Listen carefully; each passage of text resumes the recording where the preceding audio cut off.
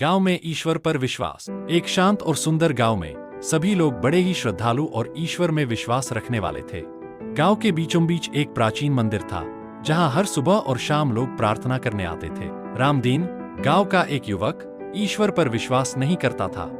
उसे लगता था कि मेहनत ही सब कुछ है और भगवान जैसी कोई चीज नहीं होती। एक दिन गांव में जोरदार बारिश हुई, जिससे रामदीन की फसल पूरी तरह बर्बाद हो गई। वह बेहद परेशान हो गया। उसकी दादी ने उससे कहा, बेटा, ईश्वर पर भरोसा रखो। जो कुछ भी होता है उसकी मर्जी से होता है। मंदिर जाओ और प्रार्थना करो।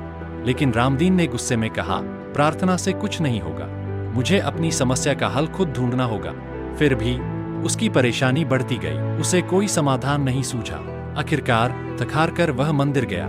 उसने भगवान के सामने सिर झुकाया और कहा, अगर तुम सच में हो तो मुझे रास्ता दिखाओ। प्रार्थना के बाद उसे ऐसा लगा जैसे मन में नई शक्ति और शांति आ गई हो। वह गांव के बुजुर्गों के पास गया और उनसे सलाह ली। उन्होंने उसे फसल के नए तरीके अपनाने को कहा।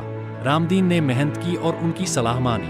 कुछ महीनों में उसकी नई फसल लहलहा उठी। उसने सोचा, शायद भगवान ने ही मुझे यह रास्ता दिखाया। उस दिन से रामदीन का ईश्वर में विश्वास गहरा हो गया। वह मंदिर जाकर भगवान को धन्यवाद देने लगा और गांव वालों को भी समझाने लगा कि विश्वास और कर्म से ही जीवन में चमत्कार होते हैं। गांव के सभी लोग अब रामदीन को देखते और सीखते कि मेहनत के साथ साथ ईश्वर पर विश्वास भी जरूरी है। इस कहानी से हमें यह सीख मिलती है कि ईश्वर पर विश्वास रखना जरूरी है, लेकिन साथ ही अपने कर्म और मेहनत से पीछे नहीं हटना चाहिए। भगवान पर भरोसा करने से मन को शांति और दिशा मिलती है और सच्चे प्रयास से जीवन में सफलता और समाधान मिलता है।